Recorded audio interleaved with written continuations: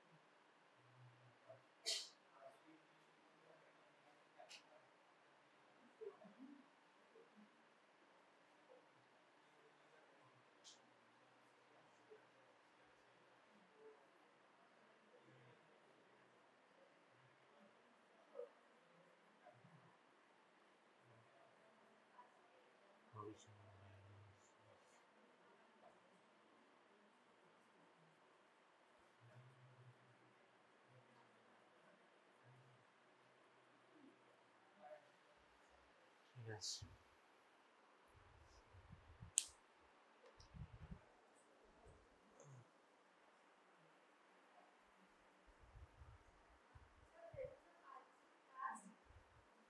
হ্যাঁ, RBC cast in urine.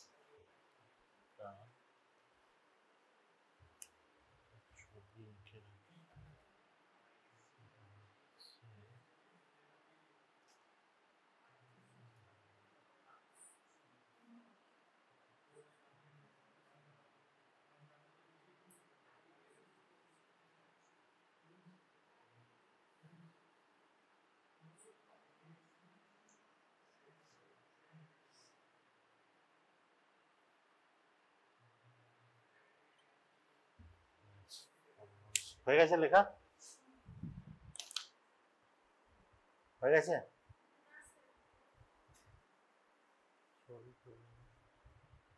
তোর লেখা হয়ে গেছে? আইডিয়া কর কি হতে পারে, আমি তো পড়াবো, আইডিয়া কর।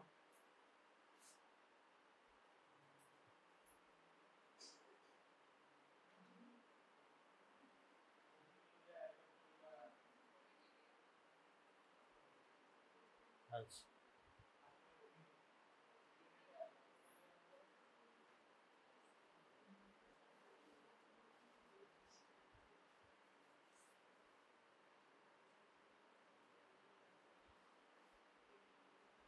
তুই কিছু বলবি, কিছু গেস করবি?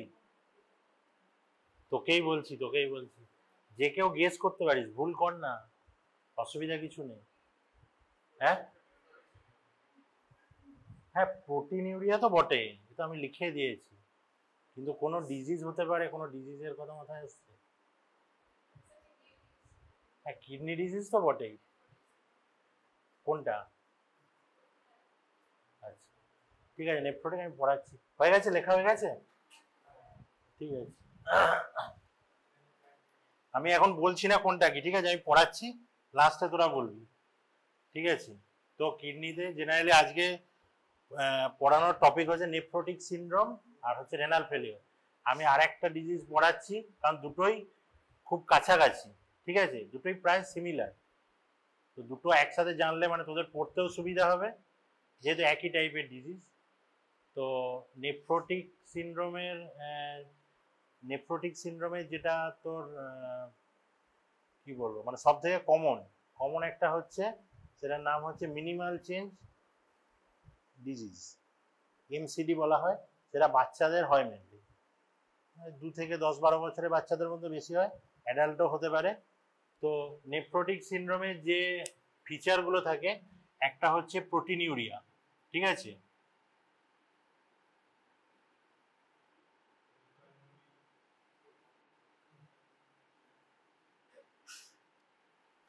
প্রোটিনিউরিয়াটা হচ্ছে কতটা, এটা যেটা লেখা আছে, মোর দেন 3.5 গ্রাম পার 24 আওয়ার, মানে সারাদিন 24 ঘন্টার মধ্যে 24 ঘন্টার যদি ইউরিন প্রোটিন এস্টিমেট করি 3.5 গ্রামের বেশি হবে, 3.5 গ্রাম বা তার বেশি হবে।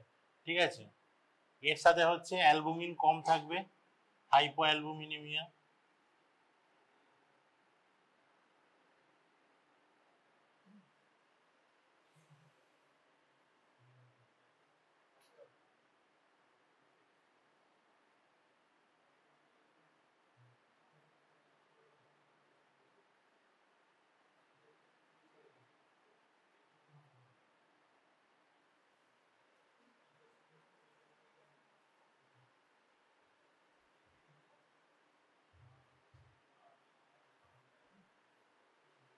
ঠিক আছে, এগুলো তোরা ল্যাব ফাইন্ডিং পাবি, proteinuria lab finding, hypoalbuminemia lab finding, hyperlipidemia lab finding, lipiduria, ইউরিনে লিপিড ল্যাব ফাইন্ডিং। এর সাথে যেগুলো ক্লিনিক্যাল ফিচার হবে, ক্লিনিক্যাল ফিচার, আচ্ছা পাফি ফেস মানে কি বল, কেউ একজন বল পাফি ফেস মানে কি? ফোলা ফোলা মুখটা, মানে মুখের কোন কোন জায়গাটা তুই স্পেসিফিক্যালি দেখবি বল?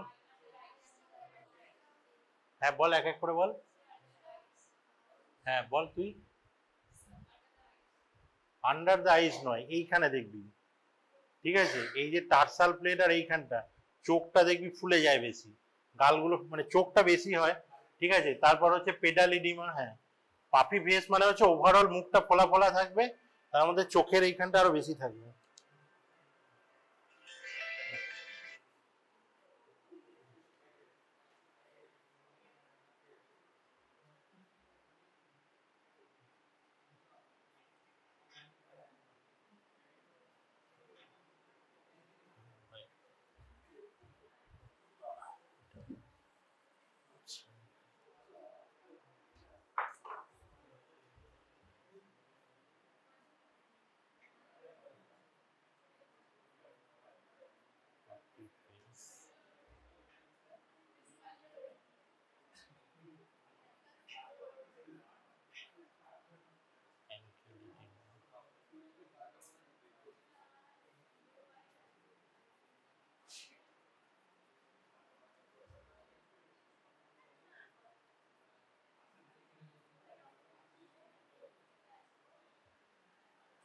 Puffy face, ankle oedema, pedal oedema, frothy urine. Frothy ইউরিনটা কেন লিখলাম? কারণ প্রোটিন বেরোয় তো ইউরিনে, ইউরিনে যখনই প্রোটিন বেরোয়, মানে তোদের বাড়িতে যদি কারো ডায়াবেটিক পেশেন্ট থাকে, ঠিক আছে, ডায়াবেটিক পেশেন্টের ইউরিনে অনেক সময় যেহেতু ডায়াবেটিক নেফ্রোপ্যাথি হয়, প্রোটিনটা দেখবি মানে ইউরিনের কালারটা দেখবি পুরো সাদা হয়, পুরো মনে হবে ঘন কিছু একটা, সেই ভাতের চাল ধুয়ে ফেললে যেরকম হয় রংটা ওরকম টাইপের হয়। ঠিক আছে, ওটা হচ্ছে ফথি ইউরিন। ঠিক আছে, এখানে আরেকটা লিখে রাখ, হাইপার কোয়াগুলেবিলিটি।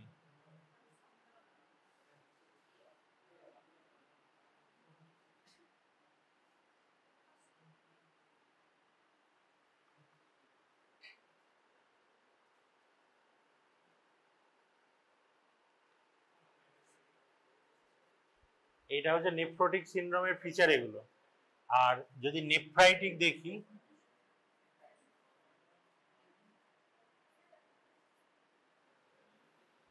এটা হচ্ছে অন এক্সামিনেশন। ঠিক আছে, মানে আমি পেশেন্টকে দেখে কি পাবো?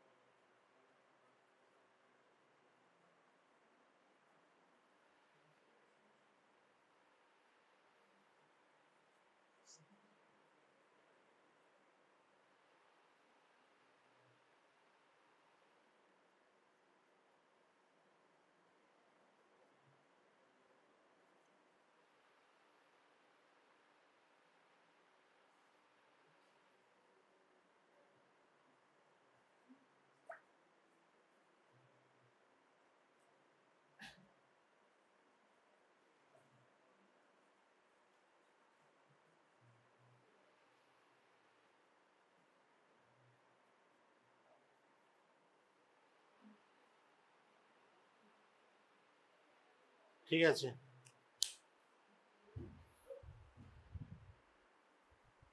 কে বলছিস? হ্যাঁ, হাইপার টেনশন।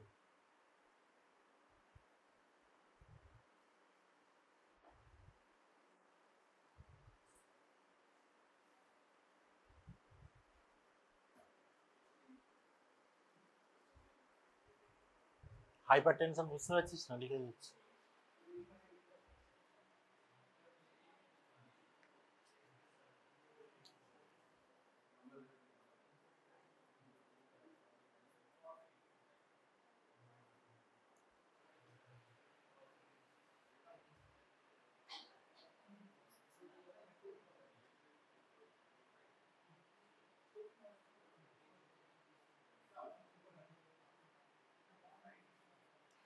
এখানে আরেকটা লিখলাম। হ্যাঁ,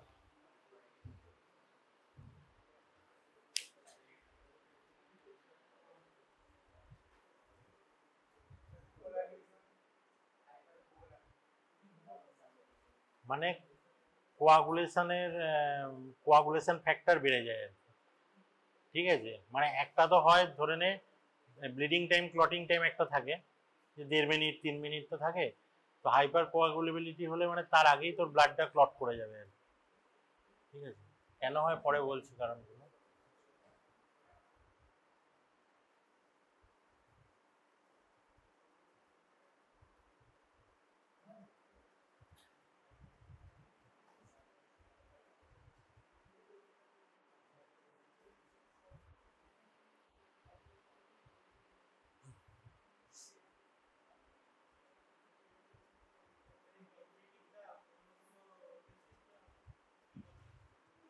হ্যাঁ, দুটো তো অবশ্যই আলাদা ডিজিজ, সেই জন্যই তো আলাদা নাম না। Nephritic, nephritic, NEPHRITIC।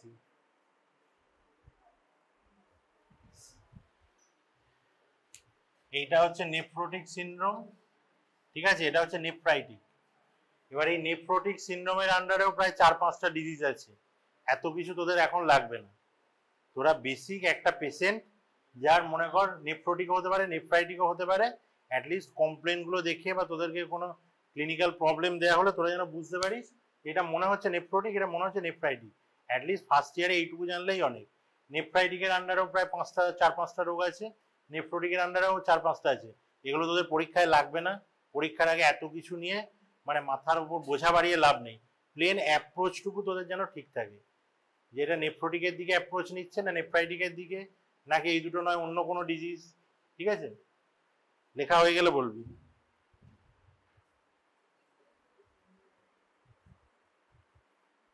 হয়ে গেছে লেখা? তুই দেখে দে।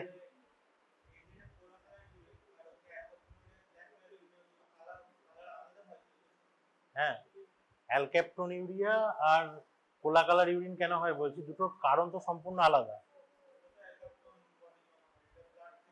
হ্যাঁ, হ্যাঁ, তোরা যেমন পারিস বল না, আমি তো লাস্টে বলে দেবো। ম্যানেজমেন্ট মানে তোর কাছে পেশেন্টটা এসছে, তুই ডাক্তার, ডাক্তার হচ্ছিস, ধর ও ভাবলো যে আমার এরকম হচ্ছে, ডাক্তারের কাছে গেলে কিছু না কিছু বলবে।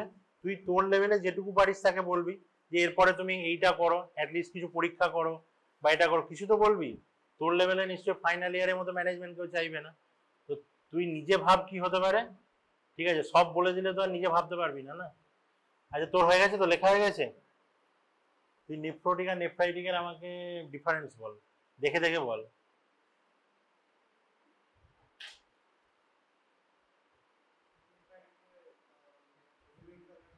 হ্যাঁ, পুরো তোকে লিখতে দিয়েছে, তুই দেখে দেখে ফুল সেন্টেন্সে বল, হাফ হাফ বলবি না। হ্যাঁ, হুম, হ্যাঁ, বল বল বাকিগুলো বল, সবই তো লেখা আছে, দেখে দেখে বল।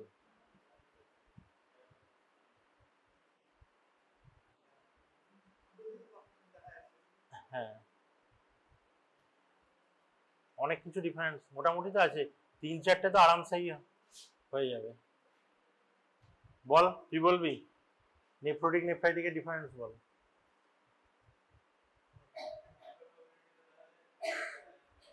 ঠিক আছে,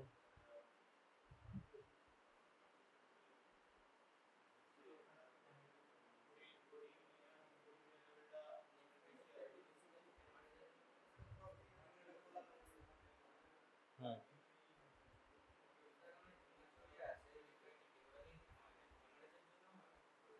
হেমারেজের জন্য আরবিসি ভেঙে যায়, সেই জন্য হয়। ঠিক আছে, তো কয়েকটা ফিচার আছে যেগুলো হচ্ছে মোর টুয়ার্ডস নেফ্রোটিক। মোর টুয়ার্ডস নেফ্রোটিক হচ্ছে প্রোটিনিউরিয়া নেফ্রোটিকে বেশি, নেফ্রাইটিকে কম। ঠিক আছে, হাইপার লিপিডেমিয়া নেফ্রোটিকে বেশি, নেফ্রাইটিক হয়তো তুই পাবি না। এই ফিচারগুলো হচ্ছে মোর টুয়ার্ডস নেফ্রোটিক। মানে কোশ্চেনের মধ্যে যদি কখনো এইগুলো বাস, প্রোটিনিউরিয়া এত বেশি, মানে এখানে মনে কর 1.5-2 হবে, 1.5 গ্রাম 2 গ্রাম বা আরো কম হতে পারে, তখন নেফ্রাইটিক। ঠিক আছে, আর নেফ্রোটিকে 3.5 আছে, মানে এটা কাট অফ, তো 4-5ও পেতে পারি। ঠিক আছে, লিপিডিউরিয়া, হাইপার কোয়াগুলেবিলিটি, এগুলো সব নেফ্রোটিকের দিকে ফিচার। আর নেফ্রাইটিকের দিকে কি কি ফিচার আছে, একটা হচ্ছে তোর হেমাচুরিয়া। হেমাচুরিয়া কিন্তু তুই নেফ্রোটিকে পাবি না, হেমাচুরিয়া পাচ্ছিস মানে আমার nephritic.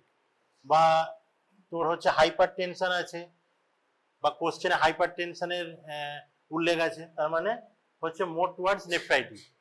Hyper tension, hematuria, RBC cast in urine. ঠিক আছে, আরবিসি কাস্ট মানে কি, আরবিসিটা ভেঙে তোর এদিকে হেমাচুরিয়া হচ্ছে, এদিকে হচ্ছে আরবিসি কাস্ট আমি ইউরিনে পাচ্ছি। মানে এটা হচ্ছে ইউরিন নর্মাল, যখন স্টাডি করবো আমি নর্মাল ইউরিন বা মাইক্রোস্কোপিক স্টাডি করব, তখন আমি কাস্ট পাবো। ঠিক আছে, এগুলো হচ্ছে মোর টুয়ার্ডস নেফ্রাইটিক। ঠিক আছে, এখানে নেফ্রাইটিকে ইডিমা কম হয়, পাপি ফেসও কম পাবি। ঠিক আছে, এগুলো। আর এইবার হচ্ছে যে কজ গুলো, কেন এগুলো বেশি হয়। ঠিক আছে, প্রোটিনিউরিয়া কেন নেফ্রোটিকে বেশি হয়। নেফ্রোটিকের একটা মেন ডিজিজ বলছি ছোট, সেটা হচ্ছে মিনিমাল চেঞ্জ।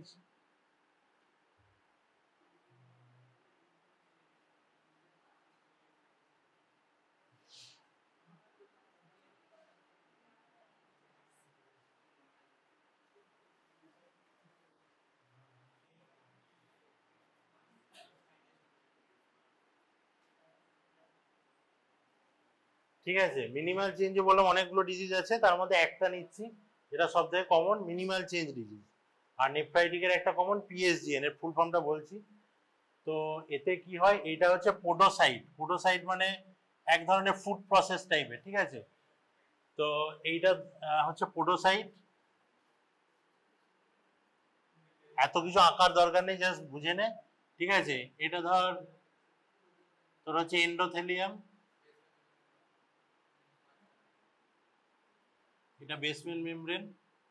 ঠিক আছে, তো পোডোসাইট গুলো কি হয়, পোডোসাইট ফুড প্রসেস গুলো ভেঙে যায় বা ইয়ে হয়ে যায়, যার জন্য অ্যালবুমিন ইজিলি লিক করে যায়। ঠিক আছে, হ্যাঁ বুঝতে পারছি কি বল।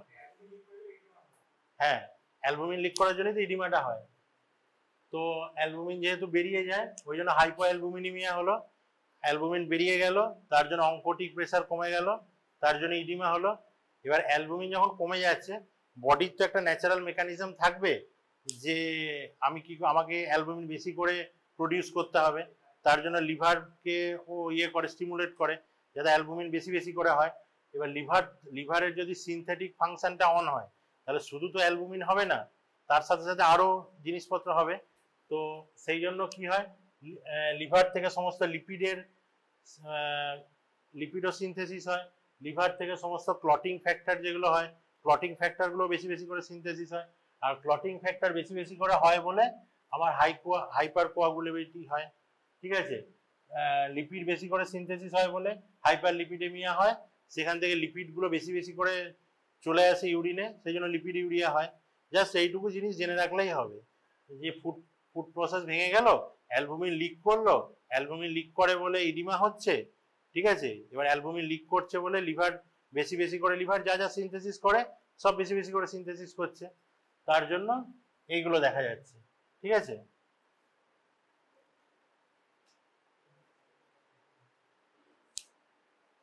বুঝেছিস? পিএসজিএনটা বলছি, আগে একটা করে বলি, এটা বলি। এটা কি বললাম বল? এই যে ইয়েগুলো দেখা যায় কেন হয় বল?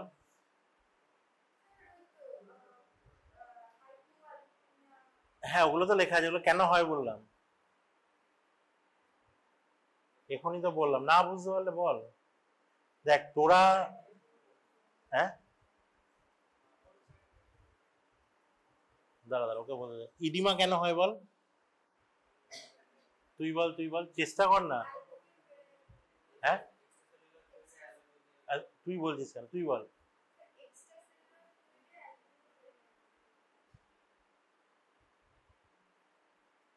অ্যালবুমিন কি করে বেরিয়ে যায়?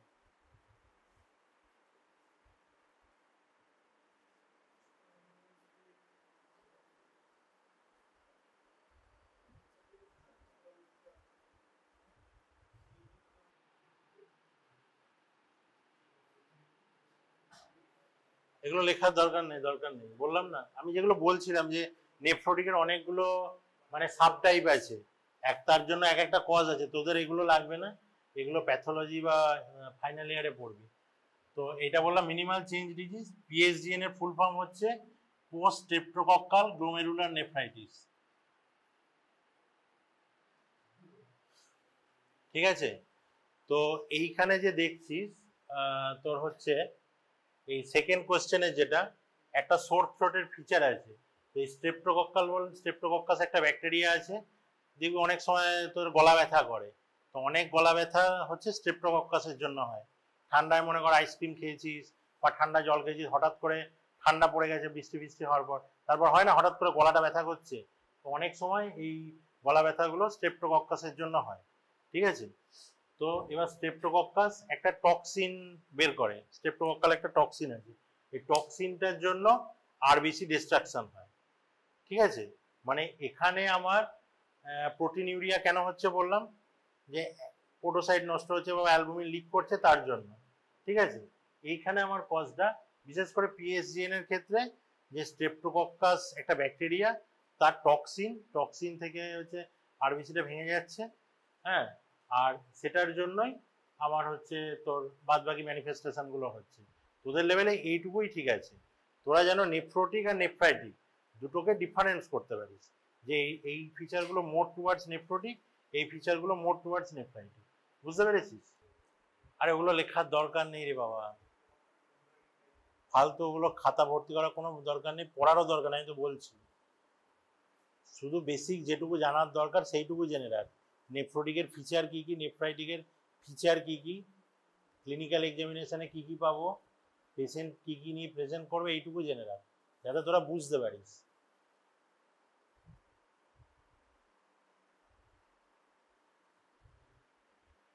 রেনাল ফেলিওর তোদের তো পড়ানো হয়েছে তো না? রেনাল ফেলিওর এখানে একটা প্রশ্নে আমি একটা ভুল করেছি, তোরা দেখে বলতে পারিস। ঠিক আছে? রেনাল ফেলিওরের কজ বল, বল তুই বল।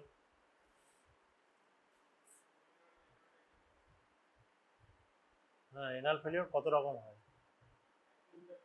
অ্যাকিউট আর ক্রনিক। অ্যাকিউটের কজ কি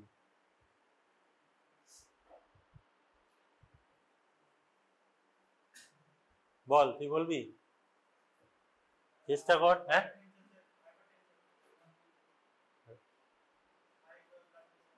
হাইপার টেনশনের আগে অনেক কারণ আছে, তুই বল, চেষ্টা করবি। রেনাল ফেলিওরের কজ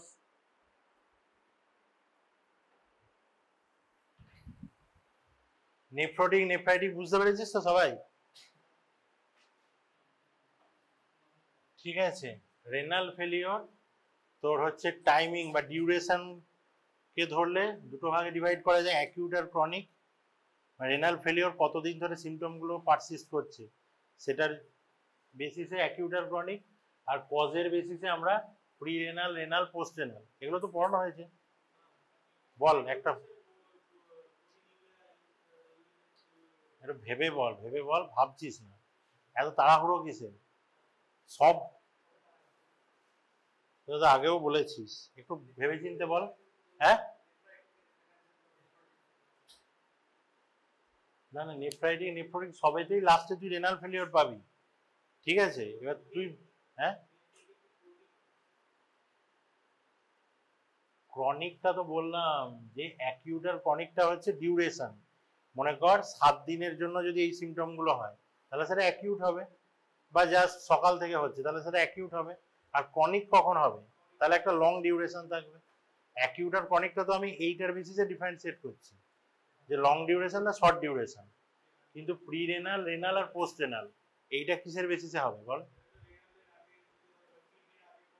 হ্যাঁ, এক্সাম্পল বল, কিছু এক্সাম্পল বল।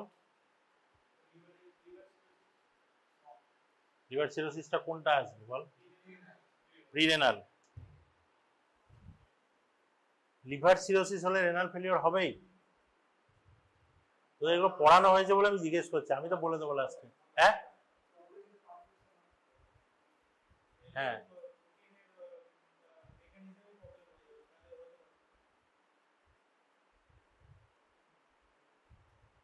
এগুলো পড়ানো হয়েছে, একটু চেষ্টা কর, আমি বলে দিচ্ছি। হ্যাঁ, কোনটা? হ্যাঁ, ওটা কোনটায় আসবে, কোনটা? প্রি রেনাল, হ্যাঁ। ওটা তো তোদের পড়ানো হয়েছিল যে ডিহাইড্রেশন হবে, ও যেটা বললো একটু ভেবে চিনতে বল, তাহলেই তো হলো। হার্ট ফেলিওর, তারপর বলা হয়েছিল ভমিটিং, ডায়রিয়া, বলা হয়নি এগুলো?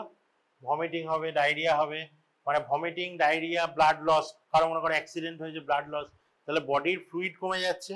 মেন কথা হচ্ছে ওইটা, মনে কর প্রচুর ভমিটিং ডায়রিয়া হচ্ছে, সেখানেও ফ্লুইড লস হবে। হার্ট ফেলিওরেও ফ্লুইড লস হচ্ছে। ঠিক আছে,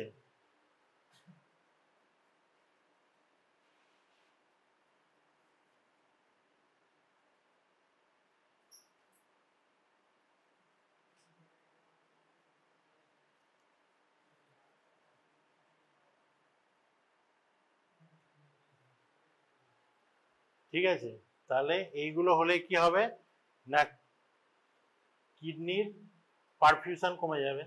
সেটার জন্য এটা হচ্ছে প্রিরেনাল টাইপ অফ ফেলিওর, মানে ডিহাইড্রেশন হবে মোট কথা। ঠিক আছে, রেনাল কজ কি হতে পারে বল? হ্যাঁ, গ্লোমেরুলোনেফ্রাইটিস, নেফ্রোটিক সিনড্রোম, তোরা যেগুলো পড়লি। টিউমার ইন কিডনি, হ্যাঁ, কিডনি, কিডনি স্টোন নয়, সব একদিকে করিস না।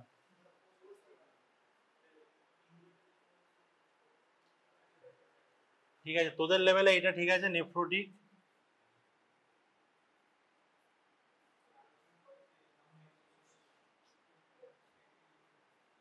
নেফ্রাইটিক, ঠিক আছে। তারপরে হচ্ছে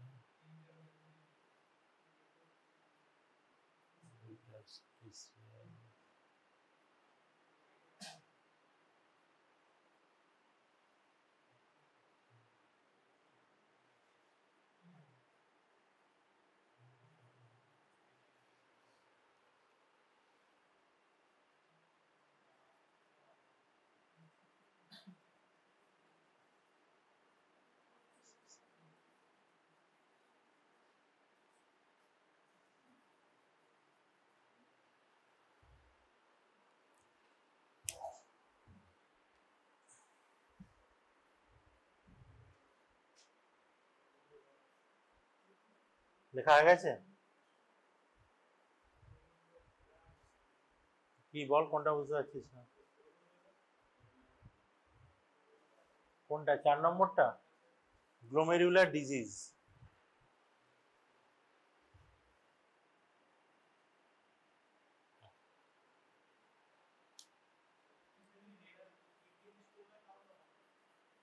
ওটা হবে, ওটা এর মধ্যে নয় রে বাবা, সব এক জায়গায় করলে হবে? হ্যাঁ হ্যাঁ, কিডনি স্টোন হবে, টিউমার হবে। বারবার বলছি, তোরা যখন পড়বি একটা ছক বা ডায়াগ্রাম আকারে পড়বি, তাহলে জিনিসগুলো মনে রাখতে সুবিধা হবে, না হলে অসুবিধা হবে, বারবার ডিভাইড করে পড়বি, চার্ট বা ডায়াগ্রাম করে পড়বি, তাহলে সুবিধা হবে। লেখা হয়ে গেছে?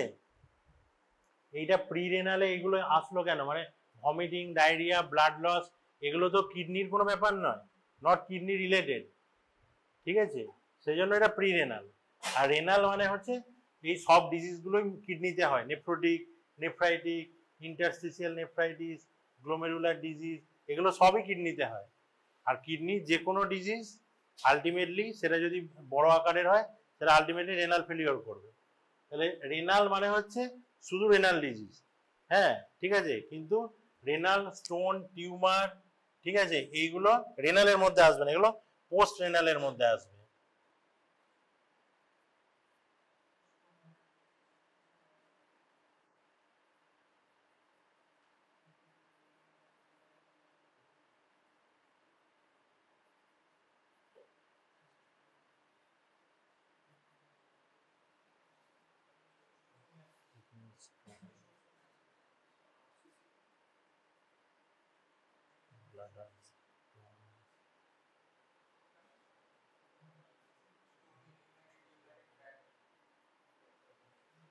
আরসিসি মানে হচ্ছে রেনাল সেল কার্সিনোমা, ঠিক আছে, এটা ফুলটা লিখে দেবো।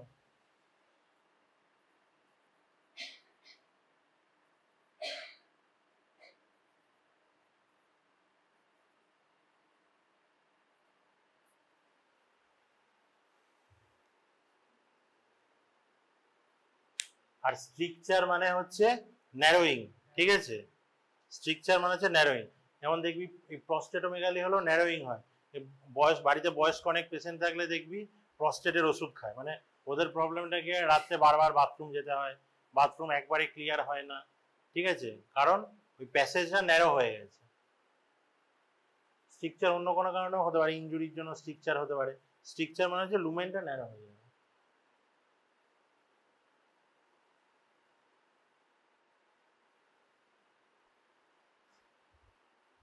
নর্মাল জিএফআর কত? নর্মাল জিএফআর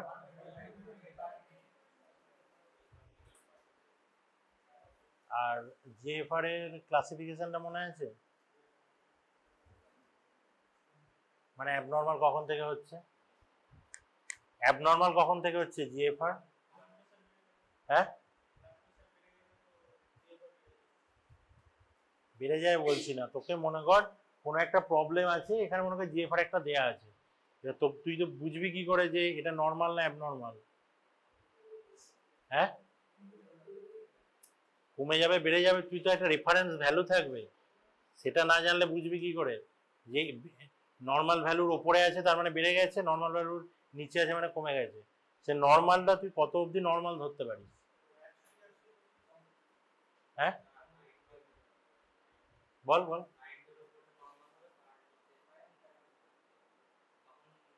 আচ্ছা তুই কত বলছিলি? 90।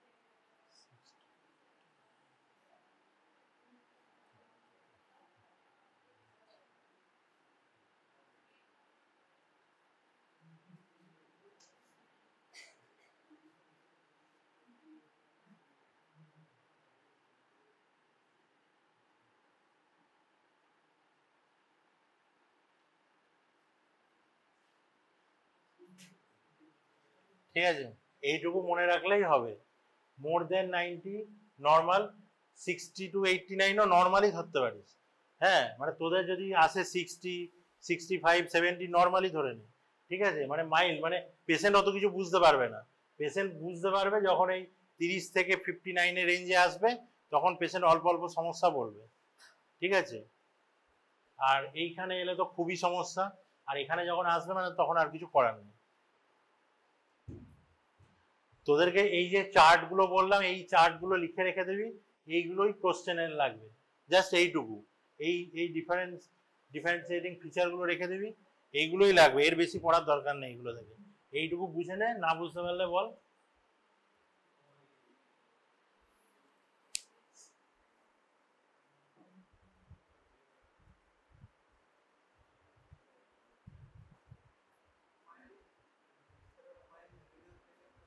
হ্যাঁ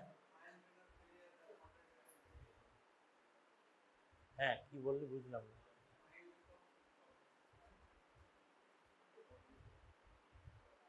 হ্যাঁ, জিএফআর মানে মোর দেন 90 হচ্ছে জিএফআর নর্মাল, আর 60 to 89 হচ্ছে মাইল্ড ডিক্রিজ বলতে পারিস। ঠিক আছে, মডারেট ডিক্রিজ। ঠিক আছে, বা তুই প্রবলেমের হিসাবেও বলতে পারিস যে কিডনি মানে জিএফআরটাকে আমি কিভাবে ডিনোট করছি, জিএফআরটাকে আমি কিডনি কেমন ফাংশন করছে। তার মানে 30 to 59 যদি তার জিএফআর হয়, তুই বলতে পারিস যে কিডনি মডারেটলি প্রবলেমেটিক বলতে পারিস। ঠিক আছে, আর 15 to 29 হলে সিভিয়ার প্রবলেমেটিক। ঠিক আছে, বা রেনাল পারফিউশন, জিএফআর দিয়ে তার পারফিউশন ইয়ে করা হয়, রেনাল পারফিউশন কমে যাচ্ছে।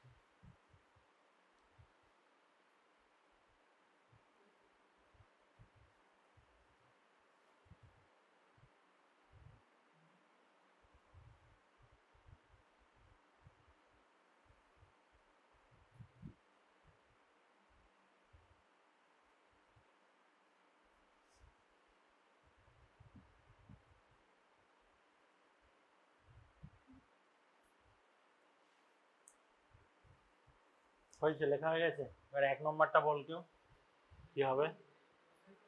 হ্যাঁ, না নেফ্রোটিক সিনড্রোম কেন বলছিস?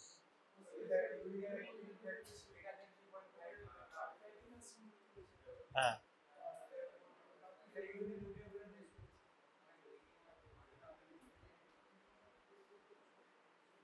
একজন বলছে, তোর পাশে ওকে ডাক। প্রথমটা কি হবে বল, কেন বলছিস বল। মানে তুই নেফ্রোটিকের ফেভারে কি পাচ্ছিস? হার্ট। হ্যাঁ, হার্ট।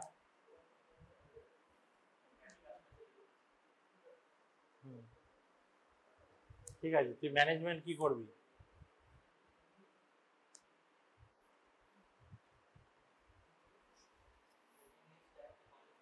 হ্যাঁ,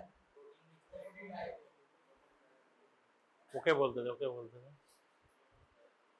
চেষ্টা কর। হার্ট, মনে কর তোর বাড়িতে এরকম কেউ এসছে, বললো যে লো প্রোটিন ডায়েট খেলে আমি ঠিক হয়ে যাব, তাই কি বলবি? তুই অ্যাটলিস্ট তাকে কিছু তো একটা বলতে পারবি। মানে সে ধর এসছে, তুই ডাক্তার হচ্ছিস, তুই কিছু জানবি, তোর কাছে কিছু একটা ডিরেকশন নিতে এসছে, তুই তাকে কি বলবি? তুই তাকে কোনো টেস্ট করতে বলবি না? দাদা ওকে বল, কি বলবি বল।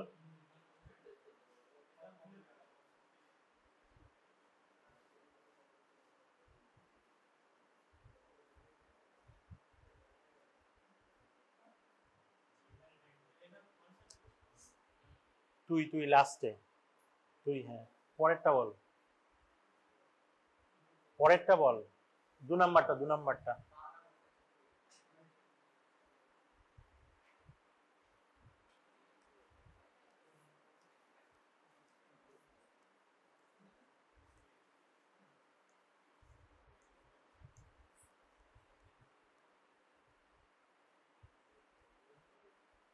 বল, পারবি না, চেষ্টা কর।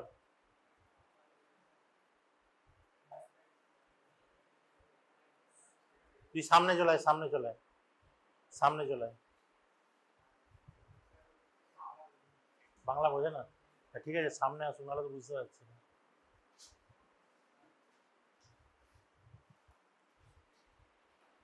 হ্যাঁ বস, ওখানে বস, ওখানে বস। What is the diagnosis in second case? Okay ठीक है। हिंदी समझती हो? उसका मतलब क्या बोलते हैं, नेफ्रोटिक या नेफ्राइटिक क्या है? हाँ, नेफ्राइटिक। वाई?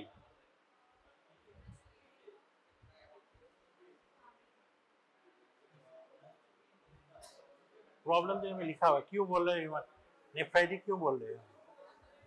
हाँ हाँ, पोला कलर यूरिन क्यों होता है? पोला कलर यूरिन क्यों होता है?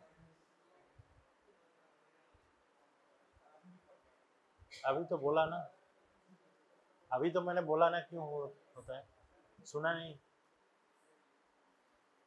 तुम एक काम करो, नेफ्रोटिक सुना है? नेफ्रोटिक मैंने बताया, नेफ्रोटिक और नेफ्राइटिक का डिफरेंस बताओ मुझे।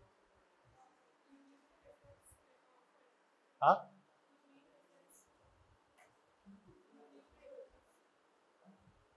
यूरिन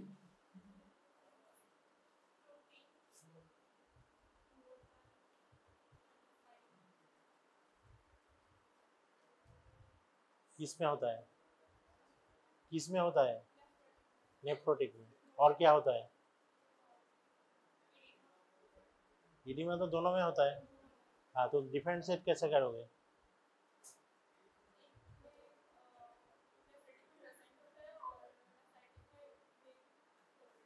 नेफ्रोटिक, हाँ। और पोला कलर यूरिन क्यों होता है? पढ़ा है ना, हिमाचुरिया होता है, हिमाचुरिया होता है, आरबीसी ब्रेक डाउन होता है ना, इसे ही तो हिमाचुरिया बोलते हैं। मतलब यूरिन में ब्लड आ जाता है, इसीलिए तो कोला कलर होता है। कोला कलर मतलब कोला का कलर क्या है? रेडिश होता है। तो क्यों होता है? क्योंकि आरबीसी ब्रेक डाउन होता है। मैंने जो पढ़ा है सुना कि नहीं, मतलब समझा कि नहीं? हाँ, थोड़ा थोड़ा समझ में आया। क्यों, क्या तो बोलो, क्या दिक्कत है बोलो, क्या समझ में नहीं आया बोलो।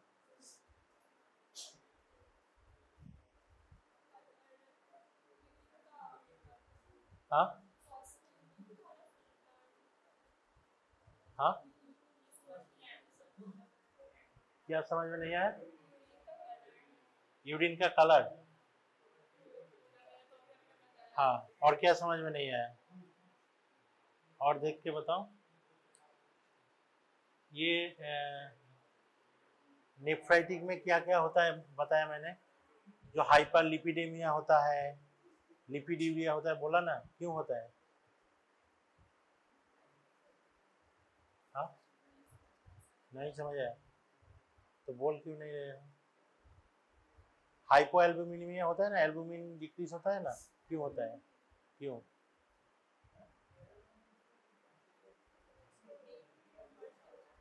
प्रोटीन बढ़ जाता है।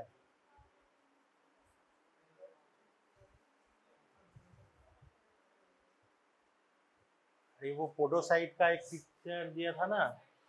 हाँ, तो पोडो, नहीं ब्रेक डाउन नहीं, इधर से पोडोसाइट डैमेज हो जाता है, तो इधर से एल्बुमिन लीक कर जाता है। तो एल्बुमिन लीक कर जाएगा तो एल्बुमिन कमेगा कि बढ़ जाएगा? बढ़ जाएगा। एल्बुमिन बढ़ जाएगा। एल्बुमिन लीक कर रहा है, लीक कर रहा है तो ब्लड से यूरिन में आएगा ना, इसीलिए तो यूरिन में प्रोटीन ज्यादा बढ़ रहा है। तो ब्लड से एल्बुमिन यूरिन में जाएगा, तो यूरिन में प्रोटीन ज्यादा मिलेगा, ब्लड में कम मिलेगा। समझा कि नहीं? तो इसलिए লিভার, কিছু বলছিস বল।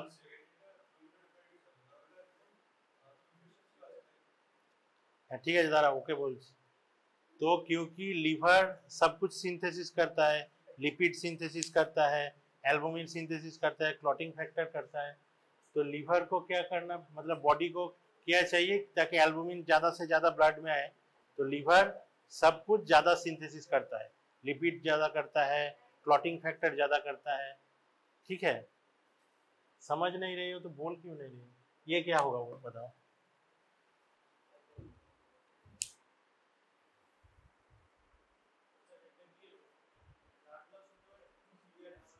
কোনটা? হ্যাঁ হতে পারে।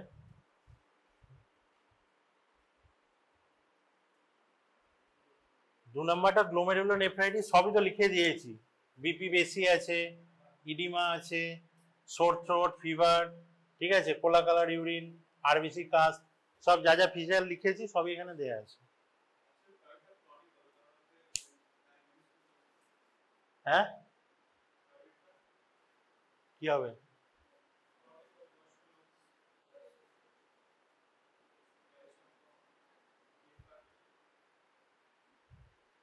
বলো বলো, 3 নম্বর বলো। ক্রনিক হবে, এখানে কোনো ডিউরেশন লেখা আছে? বললাম তো যে একটা ভুল আছে, ভুলটা বের কর। ডিউরেশন লেখা নেই, ঠিক আছে? এটা রেনাল ফেলিওরের দিকে যাচ্ছে, বাট অ্যাকিউট না ক্রনিক লেখা নেই। হ্যাঁ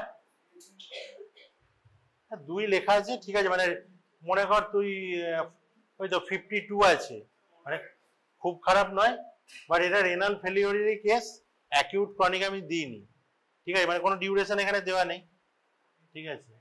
এটাই বললাম না, এটা ভুল করেছি। ये बताओ क्या होगा?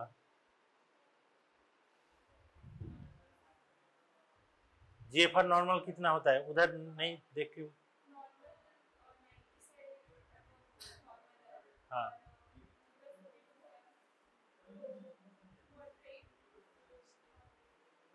अच्छा, रेनल फेलियर। हाँ रेनल फेलियर कितने टाइप का होता है? हाँ 3। उधर देख, देख क्यों रहे? हाँ हाँ, और एक क्लासिफिकेशन लिखा था मैं। हाँ एक्यूट कब होता है, क्रॉनिक कब होता है? हाँ लॉन्ग टर्म मतलब कितना लॉन्ग टर्म? 1 साल, 2 साल, 5 साल, 6 महीना, कितना?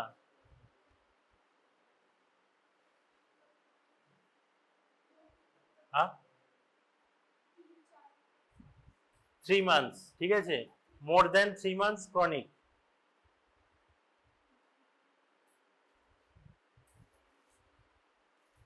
ठीक है जाओ, क्या नाम है तुम्हारा? अच्छा ठीक है, अगले दिन से सामने बैठना, ठीक है, जाओ। क्रॉनिक হচ্ছে मोर देन 3 month।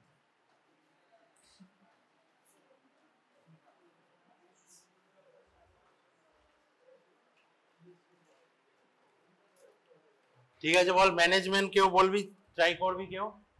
ম্যানেজমেন্ট কি হতে পারে?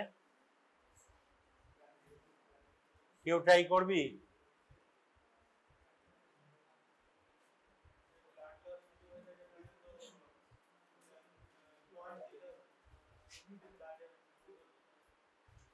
ব্লাডের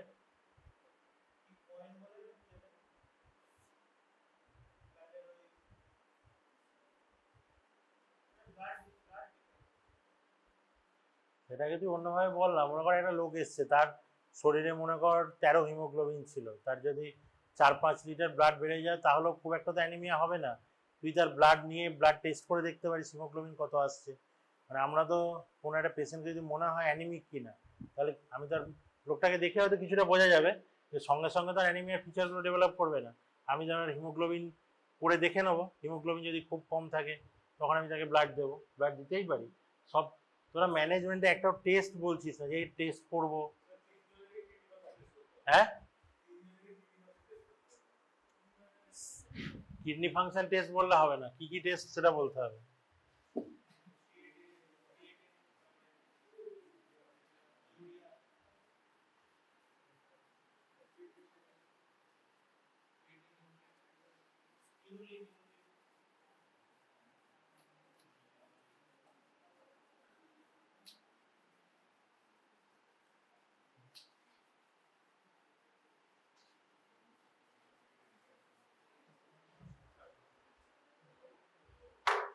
এদের মানে নেফ্রোটিক আর নেফ্রাইটিকের জেনারেল ম্যানেজমেন্ট হচ্ছে সল্ট রেস্ট্রিক্টেড ডায়েট, ঠিক আছে, মানে খাবারে যেটুকু নুন খাবে তার বাইরে এক্সট্রা নুন খাবে না, বা খাবারেও নুন কম দিতে বলতে হবে, ঠিক আছে, সল্ট রেস্ট্রিক্টেড ডায়েট।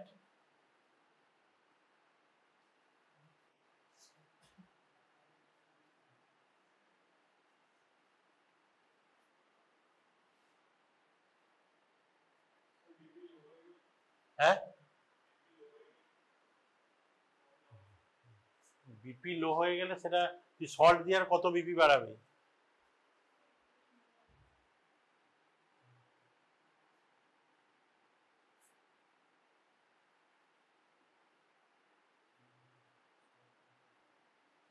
ঠিক আছে, দেখ তোদের লেভেলে একটা মনে রাখ, কারণ তোদের ফার্স্ট ইয়ারে তো এইগুলো এত ডিটেলে লাগবে না, বরং ফার্স্ট ইয়ারে যেগুলো লাগবে সেইগুলো পর। অ্যাটলিস্ট এইটুকু জেনে রাখ, সল্ট রেস্ট্রিক্টেড ডায়েট আর ফ্লুইড রেস্ট্রিকশন। ফ্লুইড রেস্ট্রিকশনটা বেশি লাগবে কখন? যেগুলো নেফ্রোটিকে, মানে যেখানে মনে কর পা বেশি ফুলে যাচ্ছে বা মুখ বেশি ফুলে যাচ্ছে, নেফ্রাইটিকে ফ্লুইড রেস্ট্রিকশন নাও লাগতে পারে। আমি অ্যাজ এ জেনারেল বললাম, ঠিক আছে? আর তোদের এত স্পেসিফিক করে এখন লাগবে না, এগুলো মাথায় রাখার দরকার নেই। সল্ট রেস্ট্রিকশন, ফ্লুইড রেস্ট্রিকশন, এর সাথে কি করতে হবে? ইউরিয়া ক্রিয়েটিনিন করতে হবে, তারপর হচ্ছে সিরাম প্রোটিন করতে হবে, 24 আওয়ার ইউরিন করতে হবে, ঠিক আছে? এইগুলো জেনারেলি। এরপরে তুই করতে পারিস ইউএসজি কেইউবি, ব্যাস। হ্যাঁ, তিনজনের ক্ষেত্রে সেম নয়। মনে কর নেফ্রোটিক সিনড্রোম, নেফ্রোটিক সিনড্রোম থেকে ট্রিটমেন্ট করে 6 মাসের মধ্যে অনেকে ভালো হয়ে যেতে পারে। নেফ্রোটিক সিনড্রোম থেকে রেনাল ফেলিওরও হতে পারে, ঠিক আছে? তো জেনারেলি এটা আমি অ্যাজ এ জেনারেল বললাম। এবার তুই মনে কর নেফ্রোটিক সিনড্রোমের মেন স্টে অফ ট্রিটমেন্ট হচ্ছে স্টেরয়েড। স্টেরয়েড দেওয়া হয়, ঠিক আছে? কিছু কিছু বাচ্চা বা কিছু কিছু লোকের স্টেরয়েড কাজ করে 6 মাস, মোটামুটি 5-6 মাস ট্রিটমেন্ট লাগে, তারপর ঠিক হয়ে যায়, ঠিক আছে? কিছু কিছু কি হয়, স্টেরয়েড রেজিস্ট্যান্ট ভ্যারাইটি থাকে, স্টেরয়েডে কাজ করে না, তখন কি করতে হয়? ইমিউনো মডিউলেটর দিতে হয়। মানে মনে কর অটো ইমিউন ডিজিজের জন্য হচ্ছে, মানে শরীরের মধ্যে এমন কোনো ইয়ে হয়ে গেছে যেটাই অটো ইমিউন নেফ্রোটিক সিনড্রোম করছে, তার জন্য ইমিউনো মডিউলেটর দিতে হয়, যাতে হচ্ছে ইমিউনিটিটা তার গ্রো করে, ঠিক আছে? তো তোকে বলতে গেলে তোমাকে ওইভাবে বলতে হবে। এবার তুই জেনে রাখ যে স্টেরয়েড রেজিস্ট্যান্ট ভ্যারাইটি থাকে হয়তো 2 to 3%, বাদ বাকি 80% স্টেরয়েডেই ঠিক হয়ে যায়, ঠিক আছে? যাদের মনে কর স্টেরয়েডে ঠিক হয়ে গেল, তাদের তো রেনাল ফেলিওর হলো না, ঠিক আছে? এবার তাদের ক্ষেত্রেও আমি একটা ইউএসজি করিয়ে রাখবো। মানে ইউএসজি যে করছি, সবার ক্ষেত্রে তো ইউএসজিটা মানে রেনাল ফেলিওরের জন্য করছি না। অ্যাজ এ আমি ধর ট্রিটমেন্ট স্টার্ট করছি, তখন তার একটা ইউএসজি করলাম, মনে কর নর্মাল বা স্লাইটলি প্রবলেমেটিক আছে, তার 6 মাস পরে তার ইউএসজি করবো, দেখবো যে তার ইউএসজিতে কতটা চেঞ্জ হলো, ঠিক আছে? এটা একটা প্যারামিটার যে আমি ট্রিটমেন্ট স্টার্ট করার সময় পেশেন্টটা কেমন আছে। তো সবার ক্ষেত্রে এই জিনিসগুলোর মানে পারপাস আলাদা। যার ইউএসজি কেইউবিতে মনে কর প্রথমে আমি ট্রিটমেন্ট স্টার্ট করছি, দেখলাম ইউএসজি খুব খারাপ আছে, তখন আমাকে হয়তো সিটি করতে হবে বা আরো কোনো বড় ইনভেস্টিগেশন করতে হবে, ঠিক আছে? সবার ক্ষেত্রে প্রয়োজন নেই। যার আমি প্রথমেই দেখছি ইউএসজি খারাপ, ট্রিটমেন্ট স্টার্ট হয়নি কি সবে স্টার্ট হয়েছে, তার মানে কি এটা হয়তো আমার রেজিস্ট্যান্ট ভ্যারাইটি হতে পারে, বা আমি 3 মাস ওষুধ খাওয়ানোর পরও দেখছি পেশেন্টের সমস্যা বেড়ে যাচ্ছে, তার মানে কি সেটা আলাদা, সেগুলো খুব কম হয়। তো তোরা বেসিক লেভেলে স্টার্ট কর, ইউরিয়া ক্রিয়েটিনিন দেখ, সিরাম প্রোটিন দেখ।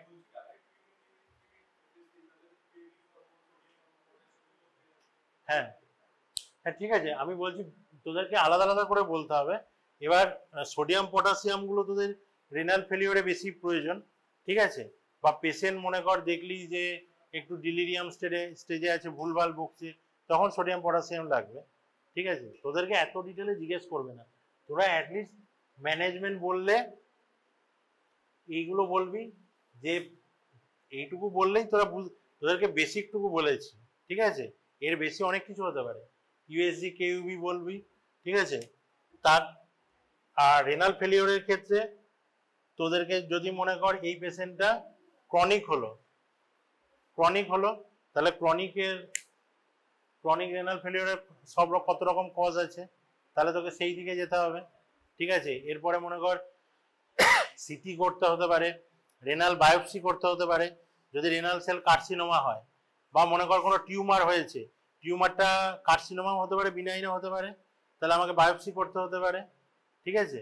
তাহলে এখানে লিস্টে অ্যাড হবে, আমি বেসিক এইটুকু বললাম, ঠিক আছে।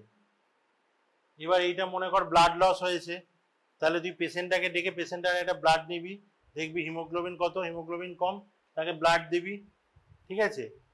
আর এগুলো বেশি বলতে চাইছি না, এগুলো হাত পা ফুলে গেছে, এদেরকে ডাইউরেটিক্স দেওয়া যেতে পারে ম্যানেজমেন্ট হিসেবে, মানে ট্রিটমেন্ট হিসেবে আর কি, ওষুধ হিসেবে। ডাইউরেটিক্স কি করবে, হাত পা ফোলাগুলোকে কমাবে। মেনলি নেফ্রোটিকে ডাইউরেটিক্স আর স্টেরয়েড এইগুলোরই কাজ আছে, এর বেশি কিছু লাগে না, ঠিক আছে। নেফ্রাইটিকে যদি দেখি, নেফ্রাইটিকে কি কাজ আছে, কারণ নেফ্রোটিকে কি বললাম এইগুলো হয়, নেফ্রাইটিকে আমার কোনো টক্সিন, মানে এই ধর স্ট্রেপ্টোকক্কাস বললাম, স্ট্রেপ্টোকক্কাল ইনফেকশন, তাহলে আমাকে স্ট্রেপ্টোকক্কাস যাতে মারা যায় তার জন্য কিছু অ্যান্টিবায়োটিক দিতে হবে, ঠিক আছে। বা মনে কর নেফ্রোটিক না, নেফ্রাইটিক অনেক সময় ড্রাগের জন্য হতে পারে, এনসেডের জন্য হতে পারে, তাহলে সেই ড্রাগটাকে আমাকে ডিসকন্টিনিউ করতে হবে, এরকম আর কি, বুঝতে পেরেছিস। তোদের এত লেভেলে লাগবে না, অ্যাটলিস্ট বেসিক এইটুকু, এই টেস্টটুকু বললেই অনেক, এটাই অনার্স মার্কস তোদের ক্ষেত্রে, ঠিক আছে।